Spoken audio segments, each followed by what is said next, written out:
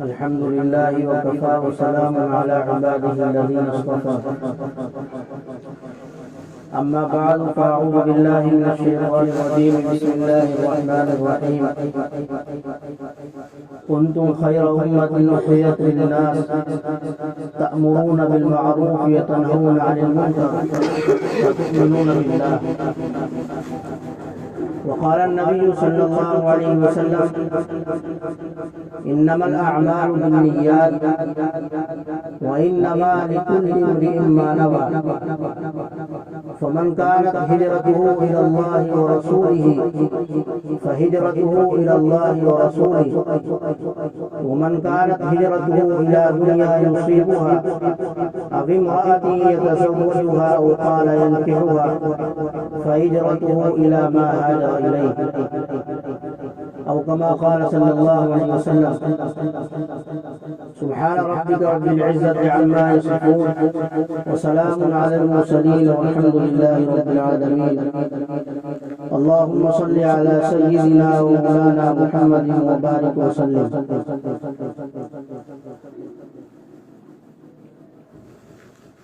محترم بزرگوں اور دوستوں اور عزیز طلبہ، رحمت دو عالم صلی اللہ تعالی علیہ وسلم کو اللہ رب العزت نے جس دور اور جس زمانے کے اندر بھیجا وہ دنیا کی تاریخ کا سب سے بگڑا ہوا معاشرہ تھا. کوئی برائی اور خرابی ایسی نہیں تھی جو اس معاشرے کے ایک ایک فرد کے اندر رچ اور بس نہیں گئی. ہر فرد اس کے اندر ملوث تھا.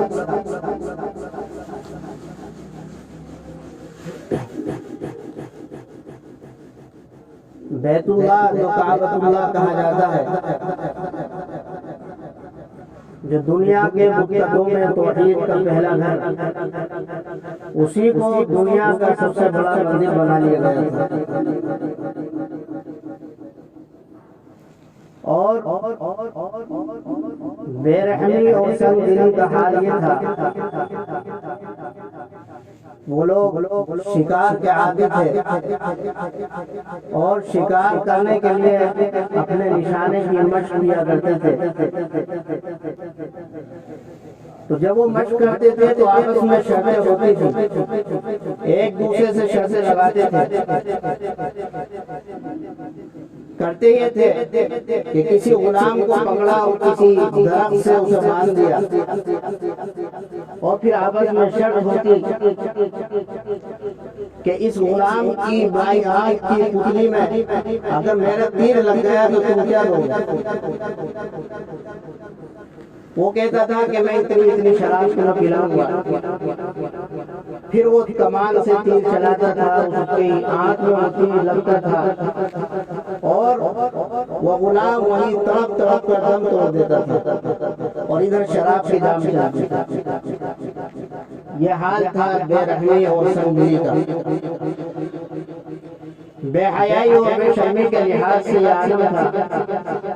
اگر کسی کے باپ کا انتقال ہو جاتا تو جو سب سے بڑا بیٹا ہوتا تھا وہی اپنی ماں سے شادی کر لیا کرتا تھا. اور اگر کسی گھر کے اندر بیٹی کی پیدائش ہو گئی تو وہ سب گھر والے اپنے لیے اس کو اتنا منحوس سمجھتے تھے کہ دوسروں کے سامنے اپنے کو ذلیل اور حقیر محسوس کرتے تھے. کسی کو منہ دکھانے کے لائق نہیں ہوتے تھے. اور سال میں کوئی دن ایسا آتا تھا کہ اس میں اس بچی کو نہلا دھلا کر اچھے کپڑے پہنا کر باپ اس کا ہاتھ پکڑ کر لے کر چلتا تھا. بچی یہ خیال کرتی، یہ سوچتی کہ شاید کسی میلے کے اندر مجھے لے کر جایا جا رہا ہے، لیکن اس کی تو نیت ہی کچھ اور ہوتی تھی. علاقے سے باہر، بستی سے باہر کسی جنگل میں جا کر، کسی گڑھے میں جا کر زندہ اسے دفن کر دیتا تھا. اتنا بگڑا ہوا معاشرہ تھا، اس لیے اس کے لیے اس کے تعارف کے لیے کوئی اور لفظ ملا ہی نہیں۔ اسے کہا جاتا زمانے جاہلیت، جاہلیت کی آخری انتہا۔ اس دور کے اندر اللہ رب العزت نے یہ طے کیا کہ پوری دنیا کی قوموں کے اندر تبدیلی اور انقلاب لایا جائے، اور ظاہر ہے کہ جب پوری دنیا کی قوموں کے اندر بگاڑ آ چکا ہو تو تنہا چند افراد سے یا چند لوگوں سے وہ بگاڑ ختم نہیں ہوگا۔ اس لیے آپ علیہ السلام کو کوئی ذمہ داری نہیں دی گئی تھی کہ آپ صرف چند لوگوں کو بزرگ بنا دیں، نیک بنا دیں، نمازی اور متقی بنا دیں، 10-20 اولیاء اللہ کو تیار کر دیں اور آپ کا کام ختم۔ بلکہ آپ کو جو ذمہ داری دے کر آپ کو بھیجا گیا تھا، وہ ذمہ داری یہ تھی کہ اس پوری دنیا کی قوم کے سامنے ایک نمونے کا معاشرہ اور سماج پیش کیا جائے۔ جس معاشرہ ہوتا ہے، جو سماج ہوتا ہے، وہ ہر طبقے کے افراد پر مشتمل ہوتا ہے۔ سماج میں امیر بھی ہوتے ہیں، غریب بھی ہوتے ہیں، مزدور بھی ہوتے ہیں، کسان بھی ہوتے ہیں، تجارت پیشہ بھی ہوتے ہیں، ملازمت کرنے والے بھی ہوتے ہیں، مرد بھی ہیں، عورتیں بھی ہیں، فوجی اور سپہ سالار بھی ہیں، شاعر بھی ہیں۔ ہر طبقے کے لوگ پر معاشرہ اور سماج مشتمل ہوتا ہے۔ ان سب سے مل کر ایک معاشرہ تیار ہوتا ہے۔ تو اللہ رب العزت نے یہ طے کیا کہ پوری دنیا کے سامنے انہی لوگوں میں سے ایسے افراد منتخب کیے جائے اور ایک ایسا چمکتا ہوا معاشرہ اور سماج لوگوں کے سامنے پیش کیا جائے جو رہتی دنیا تک کے لیے نمونہ بنے۔ یہ ذمہ داری دے کر اللہ کے نبی علیہ السلام کو اللہ رب العزت نے بھیجا تھا، اور مدت کتنی دی تھی؟ 23 سال۔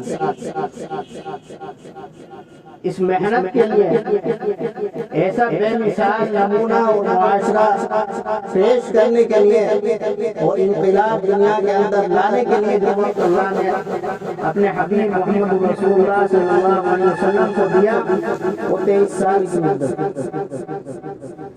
کہ ابتدا کہاں سے کرنی ہے؟ زمانہ جاہلیت، جس کا بھی تھوڑا سا تعارف آپ کے سامنے پیش کیا، وہاں سے سماج کے افراد کو اٹھا کر اس بلندی تک پہنچانا ہے کہ جس سماج سے یہ نکل کر آئے ہیں، یہی لوگ جب دعوت لے کر ان کے سامنے پہنچے تو سیدھے ان کی دعوت ان کے دل پر اثر کرے۔ ایک ایک فرد ایسا ہو کہ وہ دنیا کے لاکھوں انسانوں کے اندر انقلاب پیدا کر سکتا ہو۔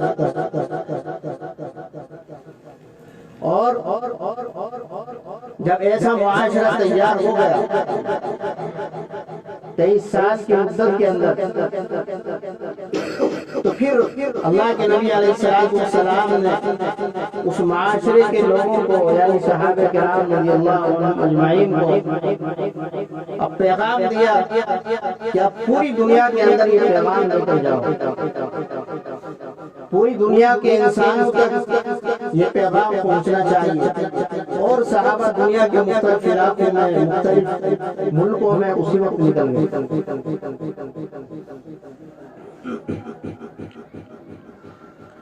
حضرت عمر رضی اللہ تعالی عنہ، حضرت عمر بننے سے پہلے زمانے جاہلیت کے اندر یہ اتنے بے رحم اور سنگ انسان سے کہ اگر کسی شخص کو اپنی محبت کی وجہ سے یا دل کی کمزوری کی وجہ سے اپنی بیٹی کو زندہ درگور کرنے میں اپنے سے پیش ہوتی تھی، اس کا دل اور اس کا ضمیر تھوڑا بہت اس کو ملامت کیا کرتا تھا، تو لوگ کہا کرتے تھے کہ اگر تمہارے بس کی یہ بات نہیں ہے، جاؤ عمر سے کہو وہ کر دے گا۔ لیکن جب محنت ہوئی اور وہ اس معاشرے کے ایک فرد بن کر تیار ہوئے اور پوری دنیا کے اندر امیر المومنین کے لقب سے سامنے آئے، تو پھر کیا حال تھا؟ عراق کے اندر ایک مرتبہ سیلاب آیا تو وہاں کے جو امیر اور حاکم تھے ان کو خط لکھا کہ میں نے منزل بمنزل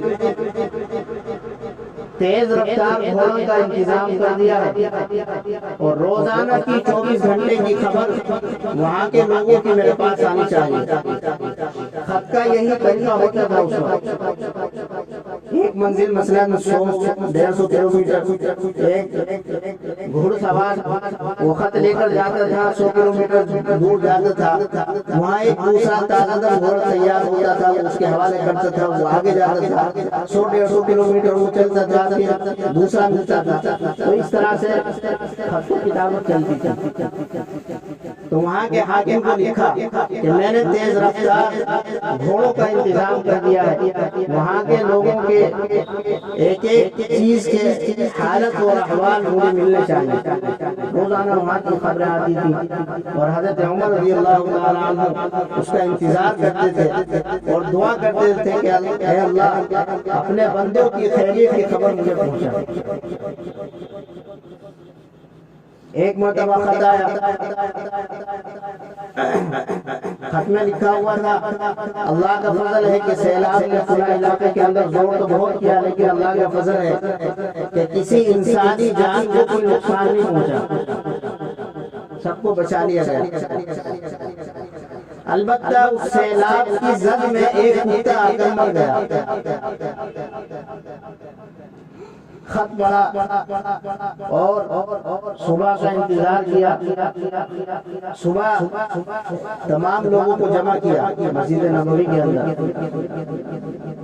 اور پھر ارشاد فرمایا کہ میں نے تم لوگوں کو کسی بیان کرنے کے لیے، خطاب کرنے کے لیے تم لوگوں کو جمع نہیں کیا،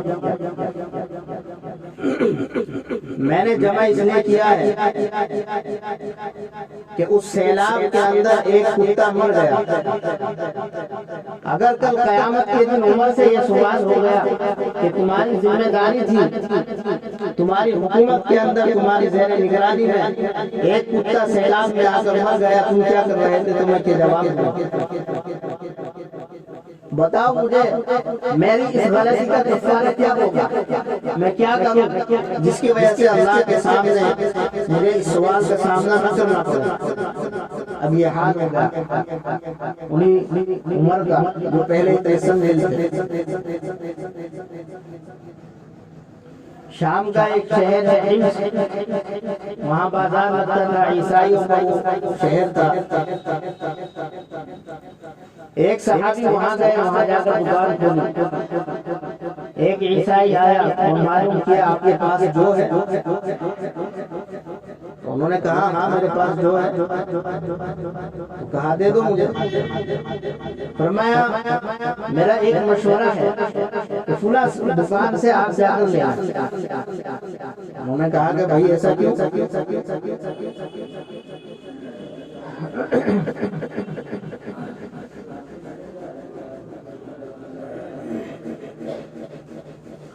جب آپ کے پاس جو موجود ہے تو آپ مجھے وہاں بھیجنے کا مشورہ کیوں دے رہے ہیں؟ فرمایا کہ میرے پاس اتنے گاہک آ چکے ہیں کہ آج کے میرے بچوں کی روزی کا انتظام ہو گیا، لیکن میں دیکھ رہا ہوں کہ صبح سے اس کے بعد کوئی نہیں آیا، اس لیے میرا مشورہ ہے کہ تم اس سے جا کر جو لے لو۔ وہ گیا وہاں سے جو لی اور پھر واپس نہیں آیا۔ تو انہوں نے پوچھا کیا ہوا؟ وہاں ملی نہیں۔ کہا کہ جو تمہیں وہاں سے لے آیا ہوں، لیکن تم سے میں اسلام لینا چاہتا ہوں، تمہارے یہاں سے مجھے اسلام چاہیے۔ انہوں نے کہا کہ اتنا بڑا فیصلہ اتنی جلدی کیسے؟ تو انہوں نے کہا کہ جس قوم کے، جس امت کے ایک عام دکاندار تاجر کے اخلاق کا یہ حال ہو تو اس امت کے جو نبی ہوں گے ان کے اخلاق کا کیا عالم ہوگا۔ اس لیے میرا دل ان کو سچا نبی مانتا ہے، اس میں مجھے کلمہ پڑھا۔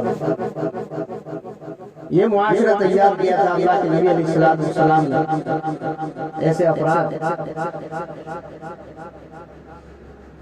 چوتھے خلیفہ سیدنا حضرت علی رضی اللہ تعالیٰ عنہ ایک سفر میں نکلے،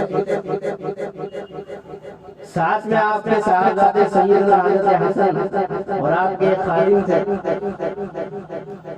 راستے میں ایک جگہ آرام کرنے کے لیے رکے، ایک یہودی پیچھے سے ان کا تعاقب کر رہا تھا، اور جب یہ کسی اپنی ضرورت میں استنجا وغیرہ میں مشغول ہوئے، حضرت علی رضی اللہ عنہ کی زرہ اٹھا کر بھاگ گیا، فرار ہو گیا۔ زرہ جنگی لباس، جنگ کے اندر جو پہنا جاتا تھا تاکہ دشمن کے وار سے حفاظت ہو سکے۔ دونوں حضرات نے دیکھا، حضرت حسن نے بھی اور حضرت علی رضی اللہ عنہ کے خادم نے بھی، وقت کے امیر المؤمنین تھے، دنیا کے سب سے بڑے حکمران تھے، چوتھے خلیفہ حضرت عمر رضی اللہ عنہ کا زمانہ تھا۔ انہوں نے دنیا کے تقریباً 3/3 حصے پر حکومت کی، یہ تو ان کے بعد کے تھے، اور زیادہ وسعت ہوئی۔ تو دنیا کے سب سے بڑے حکمران تھے، چاہتے تو اسی وقت گرفتار کراتے، جیل کے اندر ڈلوا دیتے، لیکن اس مقدمے کو انہوں نے عدالت میں پیش کیا، اور قاضی بھی کون؟ خود ان کے شاگرد قاضی شریح۔ دنیا کے جو ماہرین قانون گزرے ہیں ان میں سے چند ایک یہ ہیں، چند افراد میں سے ایک یہ ہیں قاضی شریح۔ آج کی دنیا بھی یورپ کے اندر خاص طور سے وہ اپنی عدالتوں کے جو اصول انہوں نے بنائے ہیں اس کی بنیاد قاضی شریح کے فیصلوں کو انہوں نے بنایا ہے۔ مقدمہ لے کر وہاں پہنچے، اور اسلامی قانون ہے، ضابطہ ہے، البینۃ علی المدعی والیمین علی من انکر، جو دعویٰ کرتا ہے اس کے ذمہ ہوتا ہے گواہ اور ثبوت پیش کرنا۔ یہ اسلامی اصول ہے، اسلام نے یہ اصول دیا، اور آج پوری دنیا کی عدالتیں اس اصول پر چل رہی ہیں۔ اور جو دوسرا ہے جو منکر ہے، مدعا علیہ ہے، اس کے ذمہ ہوتا ہے کہ اگر وہ گواہ پیش نہ کر سکا تو قسم کھا لی تو اس کے حق میں فیصلہ۔ اب فیصلہ ہوا، حضرت علی رضی اللہ عنہ نے دعویٰ کیا کہ یہ شخص میری زرہ لے کر بھاگ گیا اور میں پہچانتا ہوں یہ میری زرہ ہے۔ کہا قاضی شریح نے آپ کے پاس کیا ثبوت ہے؟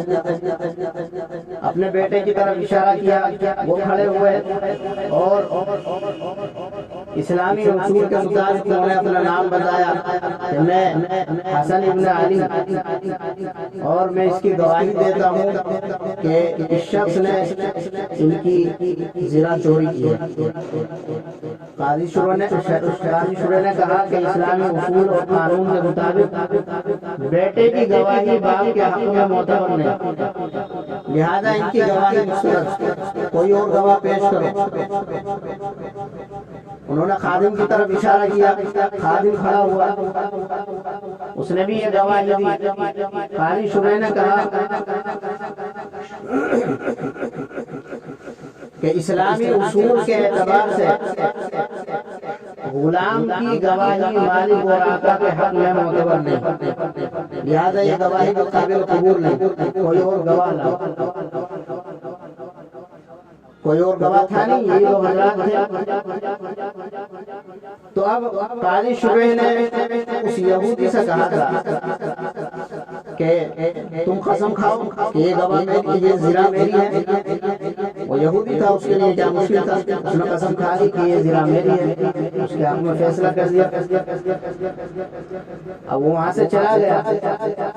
حضرت علی رضی اللہ تعالی عنہ نے قاضی شریح سے فرمایا کہ مجھے تم سے یہ امید نہیں تھی جو تم نے آج کیا۔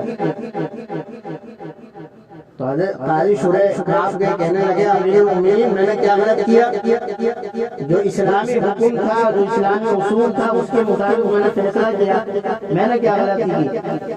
انہوں نے کہا کہ فیصلہ تو تم نے صحیح کیا، درست کیا، لیکن جس وقت میں عدالت میں داخل ہوا تھا اور تم نے ہم دونوں کو طلب کیا تھا تو تم نے اس کا نام لے کر بلایا تھا، اس یہودی کا، اور مجھے تم نے کہا تھا یا ابو الحسن، یعنی نام کے بجائے کنیت سے پکارا تھا۔ عربوں کے اندر کسی کو اگر عزت سے پکارنا ہو، عزت دینی ہو تو بجائے نام کے کنیت سے پکارا کرتے تھے، تو تم نے اس کے مقابلے میں مجھے زیادہ عزت دے دی، اور یہ انصاف کے تقاضے کے خلاف ہے۔ اور کہا کہ میں تمہیں متنبہ کر رہا ہوں، اگر آئندہ ایسی اس طرح کی کوئی شکایت ملی تو تمہیں اس منصب سے معزول کر دوں گا۔ اس بات چیت میں کچھ وقت لگا، 5-10 منٹ، باہر آئے دیکھا تو وہ یہودی کھڑا ہوا ہے۔ حضرت علی نے کہا کہ واقعہ یہ زنا تمہاری ہو گئی، تمہارے حق میں فیصلہ ہو گیا، جاؤ، کوئی مجھے چھین نہیں سکتا۔ تو اس نے کہا کہ بات زنا کی نہیں ہے اور نہ میں چور ہوں، بلکہ میں اپنے قوم کا ایک بہت بڑا عالم ہوں، غالباً ذمر اس کا نام تھا، اور ہماری کتابوں کے اندر آخری نبی محمد رسول اللہ صلی اللہ علیہ وسلم کی جو تفصیلات لکھی ہیں، ان تفصیلات میں یہ بھی لکھا ہے کہ ان کے جو چوتھے خلیفہ ہوں گے، ان کے عدل و انصاف کا یہ عالم ہوگا کہ ان کی دشمن قوم کا ایک فرد ان کے خلاف ناجائز مقدمے کے اندر ان کو پھنسائے گا یا ان کی کوئی چیز لے کر فرار ہوگا، اور عدالت میں چونکہ وہ معتبر ثبوت پیش نہ کر سکیں گے تو خود ان کا اپنا شاگرد جو اس وقت وہ قاضی ہوگا وہ ان کے خلاف فیصلہ کرے گا۔ تو اس وجہ سے یہ زنا بھی تمہاری ہے، زنا میری تھی نہ ہے، اور یہ جو آپ کے سامنے آدمی کھڑا ہے یہ بھی آپ ہی کا ہے، یہ کلمہ پڑھا دیا۔ تو اس طرح کا معاشرہ تیار کیا تھا، اور ایک یہ نمونہ تیار کیا تھا اللہ کے نبی علیہ السلام نے، اور یہ صرف مردوں کے اندر یہ انقلاب نہیں آیا تھا، عورتوں کے اندر بھی اسی طرح کا انقلاب تھا۔ عورتوں کے اندر بھی حیا، پاک دامنی، عفت، وفاداری، کفایت شعاری، یہ سب خوبیاں عورتوں کے اندر بھی تھا۔ حلال کا اہتمام کرنا، حرام سے بچنا۔ ایک صحابی کا واقعہ ہے، وہ مزدوری کیا کرتے تھے اور مزدوری کے لیے نکلے، کوئی کام نہیں ملا، شام کو گھر واپس آئے، گھر میں کھانے کے لیے کچھ نہیں تھا، فاقے سے دونوں میاں بیوی نے رات گزاری، دوسرے دن پھر نکلے اسی طرح سے شام تک دیکھتے رہے، کوئی کام ملا، کوئی کام نہیں ملا، شام کو واپس آ گئے، دوسرے دن بھی فاقہ رہا، تیسرے دن سے جانے لگے اور گھر سے باہر نکلے تو بیوی نے آواز دے کر بلایا۔ اسلامی معاشرت کا ایک حصہ یہ بھی ہے، آج تم چاہے مرد ہو یا عورتیں ہوں، اسلامی معاشرت کو سب نے چھوڑ رکھا ہے۔ اسلامی معاشرت کا ایک حصہ یہ بھی ہے کہ جب صبح کو مرد گھر سے کام کرنے کے لیے نکلے تو عورت کو چاہیے کہ خوشی کے ساتھ، بشاش کے ساتھ اور ہنسمکھ چہرے کے ساتھ دروازے تک پورے پردے کی رعایت کے ساتھ آئے اور اس کو الوداع کہے، فی امان اللہ کے حضرت اس کو رخصت کرے۔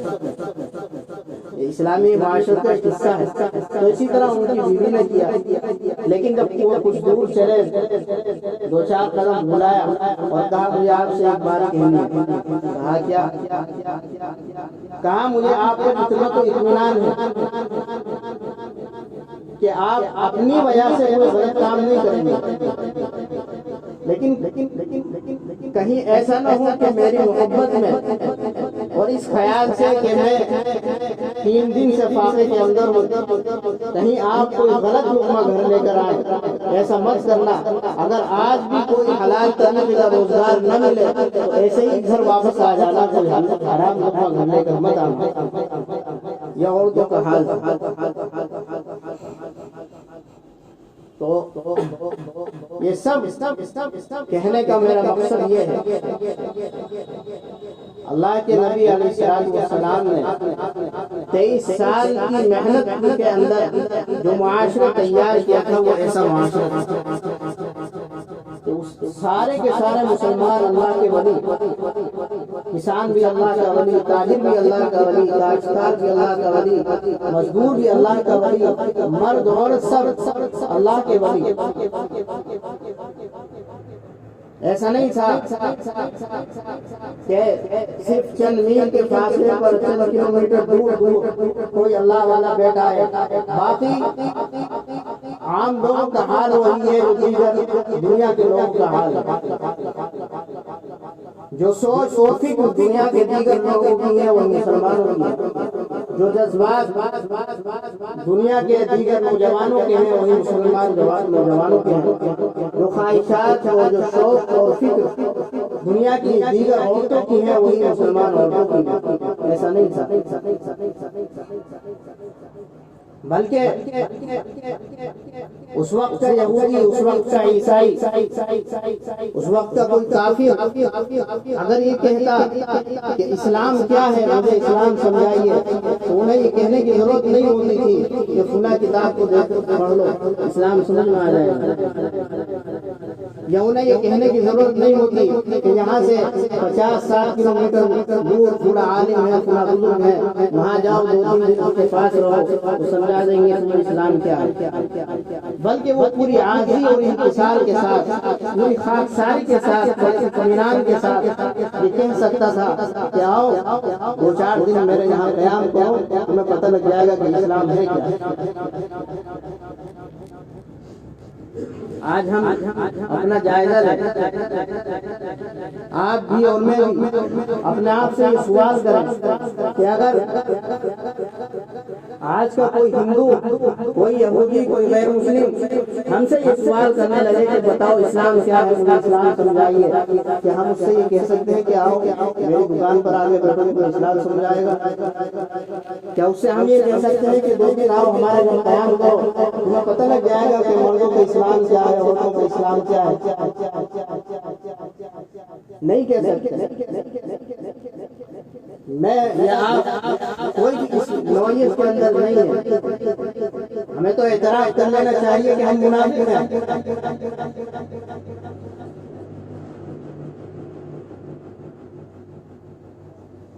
اسلام جو پھیلا ہے وہ اخلاق سے پھیلا ہے۔ دکانداری کے اندر اللہ کے نبی علیہ السلام کے اخلاق، گھر کے اندر اللہ کے نبی علیہ السلام کے اخلاق، کیسے چلنا ہے، کیسے اٹھنا ہے، کیا پہننا ہے، کیا نہیں پہننا ہے، یہ سب چیزیں تھیں جن کو دیکھ کر لوگ اسلام کے اندر آتے تھے۔ اس وقت کے مسلمان کسی علاقے کے اندر جاتے اور کسی وجہ سے وہاں سے دوسری جگہ انہیں جانا ہوتا یا واپس آنا ہوتا اسی جگہ، پہلی جگہ، تو وہاں کے غیر مسلم ان کی خوشامدیں کیا کرتے تھے اور کہا کرتے تھے کہ تم ہمارے علاقے کو، ہماری بستی کو چھوڑ مت جاؤ۔ آج ہم تصور کریں کہ ہمارے معاشرے کا کیا حال ہے کہ کوئی غیر مسلم محلے کے اندر آ کر رہ سکتا ہے؟ بلکہ اب تو صورتحال یہ ہے کہ اگر کوئی غیر مسلم کالونی ہو تو وہ پہلے ہی یہ کہہ دیتے ہیں کہ یہاں کسی مسلمان کے لیے کوئی گھر نہیں۔ کیوں؟ ہماری بد اخلاقی ہے۔ ہمارے مسلم معاشرے کے اندر کوئی آ جائے تو گلی کے اندر سے بہن بیٹیوں کو گزرنا مشکل ہو جائے گا۔ کوئی اس طرف بیٹھا ہے، کوئی وہاں کھڑا ہے، چاہے چوراہے پہ کھڑے ہیں، چاہے دکان پر کھڑے ہیں، یہ ہمارے معاشرے کا حال ہے۔ تو اس سے لوگ اسلام کے اندر آئیں گے، اسلام سے دوری پیدا ہوگی۔ تو یہ وہ اخلاق تھے، وہ صفات تھی جو محمد رسول اللہ صلی اللہ علیہ وسلم نے ان صحابہ کے اندر پیدا کیا۔ اب سوال یہ ہے کہ ان کے اندر یہ تبدیلی آئی کیسے؟ وہ اتنا بگڑا ہوا معاشرہ اور وہاں سے وہ پستی سے اٹھ کر اتنی بلندی پر آ گیا، وہ آیا کس طرح سے؟ وہ آیا تھا دل کی محنت سے، دلوں پر محنت ہوئی۔ جب دلوں پر محنت ہوتی ہے تو پھر انسان کی پوری زندگی کے اندر انقلاب آتا ہے۔ دلوں کا یقین درست ہو، اللہ پر یقین ہو، اللہ سے ہی سب کچھ ہوتا ہے اس کا پورا یقین ہو، غیروں سے کچھ نہیں ہوتا ہے اس کا بھی پورا یقین ہو۔ دلوں کا جب یقین درست ہوتا ہے تو پھر اعمال بھی اچھی نکلتے ہیں۔ اور یہ جو محنت ہے، دعوت والی محنت، یہ مبارک محنت اللہ نے اس زمانہ جاہلیت کے اندر ہمیں دی ہے۔ یہ بھی زمانہ جاہلیت ہے، اس سے کم نہیں ہو سکتا، یہ اس سے بڑھ کر ہی بڑھ کر اس لیے ہے کہ اس وقت کے زمانے جاہلیت کے جو لوگ تھے وہ اپنے آپ کو جاہل کہا کرتے تھے، جو ان کے اندر خرابیاں تھیں ان خرابیوں کو وہ اعتراف کرتے تھے۔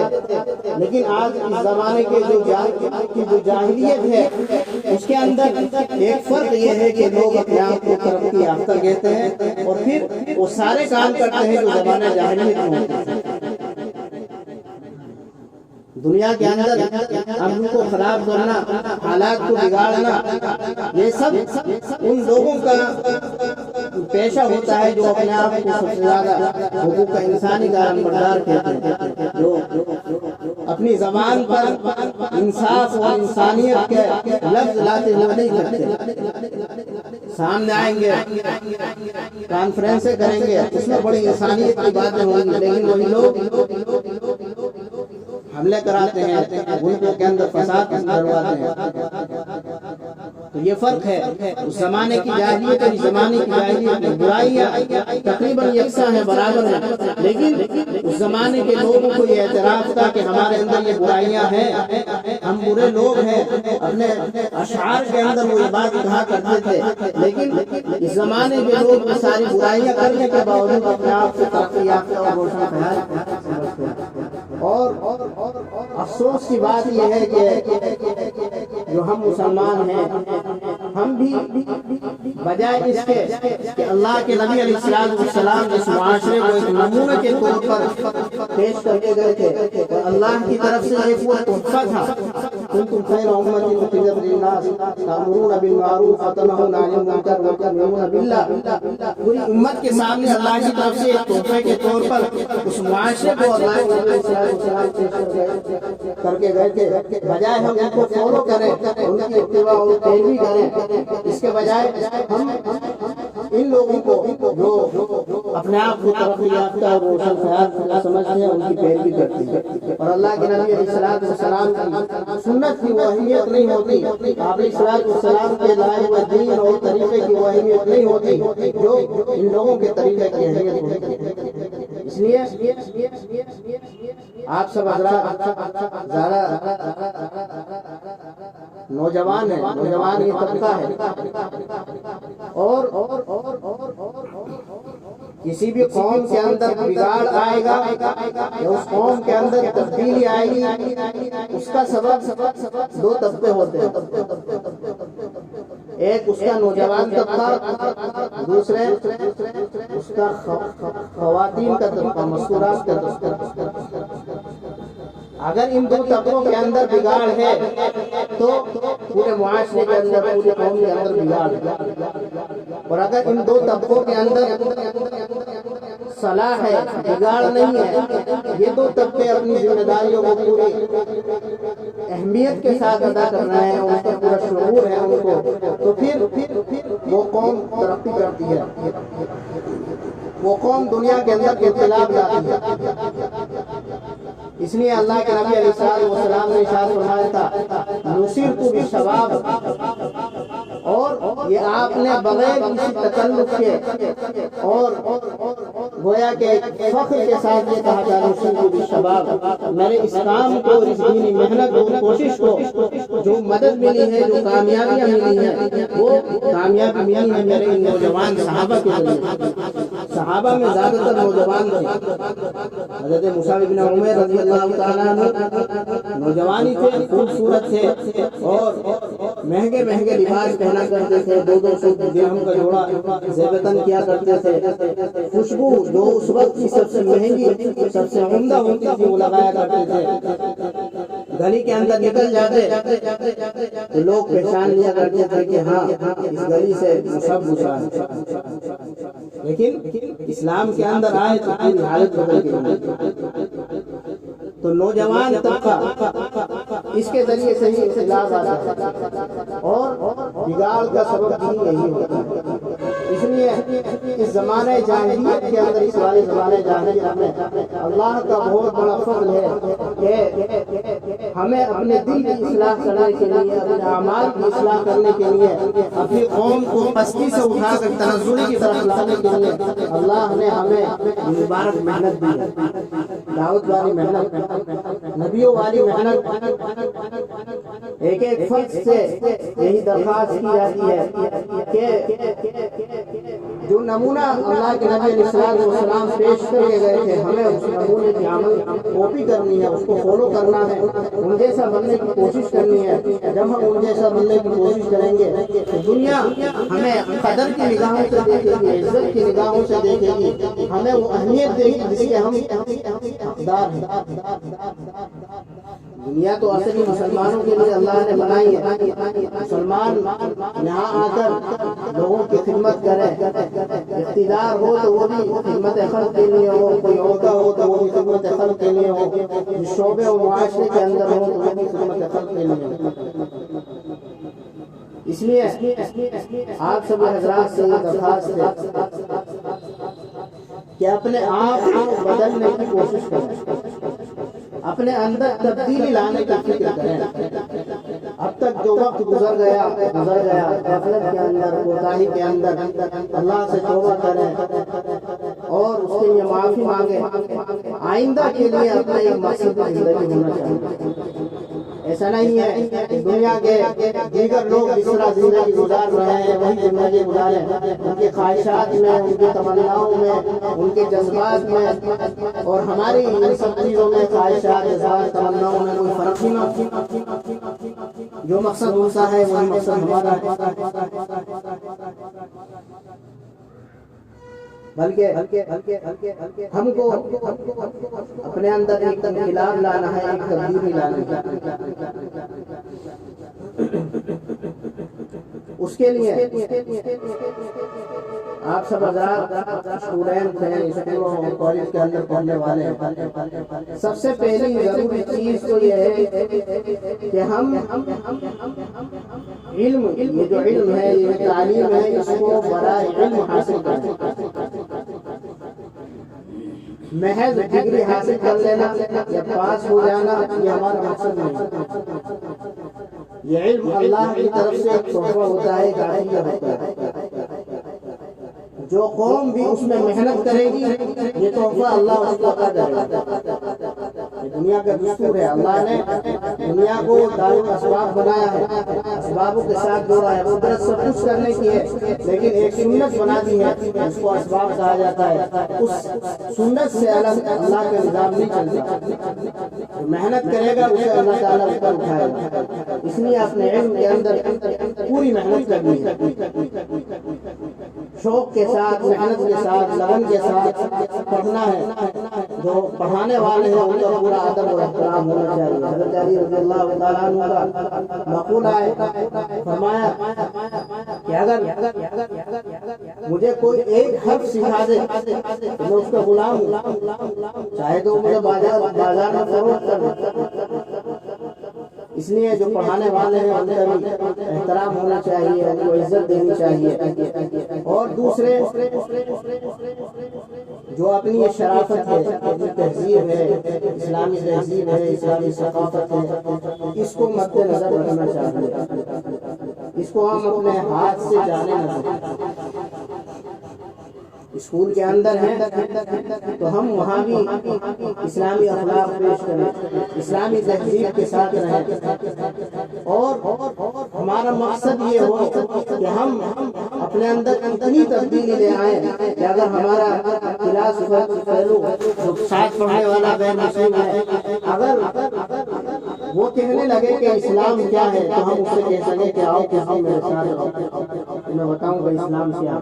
یہ ہمارا مقصد ہونا چاہیے، اور مقصد وہ کس طرح پیدا ہوگا، یہ تبدیلی ہمارے اندر کس طرح پیدا ہوگی، وہ اسی محنت کے اندر لگ کر پیدا ہوگی۔ ایک تو اس محنت کے ساتھ اپنے آپ کو جوڑے رکھیں، دوسرے یہ کہ اپنے یہاں کے علماء سے، ائمہ سے، جو بھی کچھ نہ کچھ وقت ان کے پاس ضرور لگائیں، روزانہ ہو، 2-3 دن میں ہو، ہفتے میں ہی ہو، چاہے 5 منٹ ہو، جا کر ان کے پاس بیٹھ ہی جائے، اس سے بھی انشاءاللہ بہت بڑا انقلاب آئے گا۔ صحابہ کو صحابہ کیوں کہا؟ بہت ساری صفاتیں تھیں، صحابہ میں عالم بھی تھے، فقیہ بھی تھے، محدث بھی تھے، مفسر بھی تھے، خطیب بھی تھے، لیکن صحابہ کہا کیوں؟ آپ علیہ الصلوۃ والسلام کے ساتھ وہ رہے، آپ کی صحبت انہوں نے اٹھائی، اس وجہ سے وہ اسی سے مشہور ہو گئے صحابہ۔ تو یہ اللہ نے ذریعہ بنایا ہے، جو روحانی علم ہے، جو روحانیت ہمارے اندر آئے گی، جو اخلاق اور ہمارے دل کے اندر تبدیلی آئے گی، اور تبدیلی اس کے بغیر نہیں آ سکتی۔ اس لیے کسی نہ کسی عالم کے پاس کچھ نہ کچھ وقت ضرور لگایا جائے۔ اب ارادہ کریں اور ہمت کریں کہ اس دعوت والے کام میں اپنے آپ کو ضرور لگائیں گے سب۔ وآخر دعوانا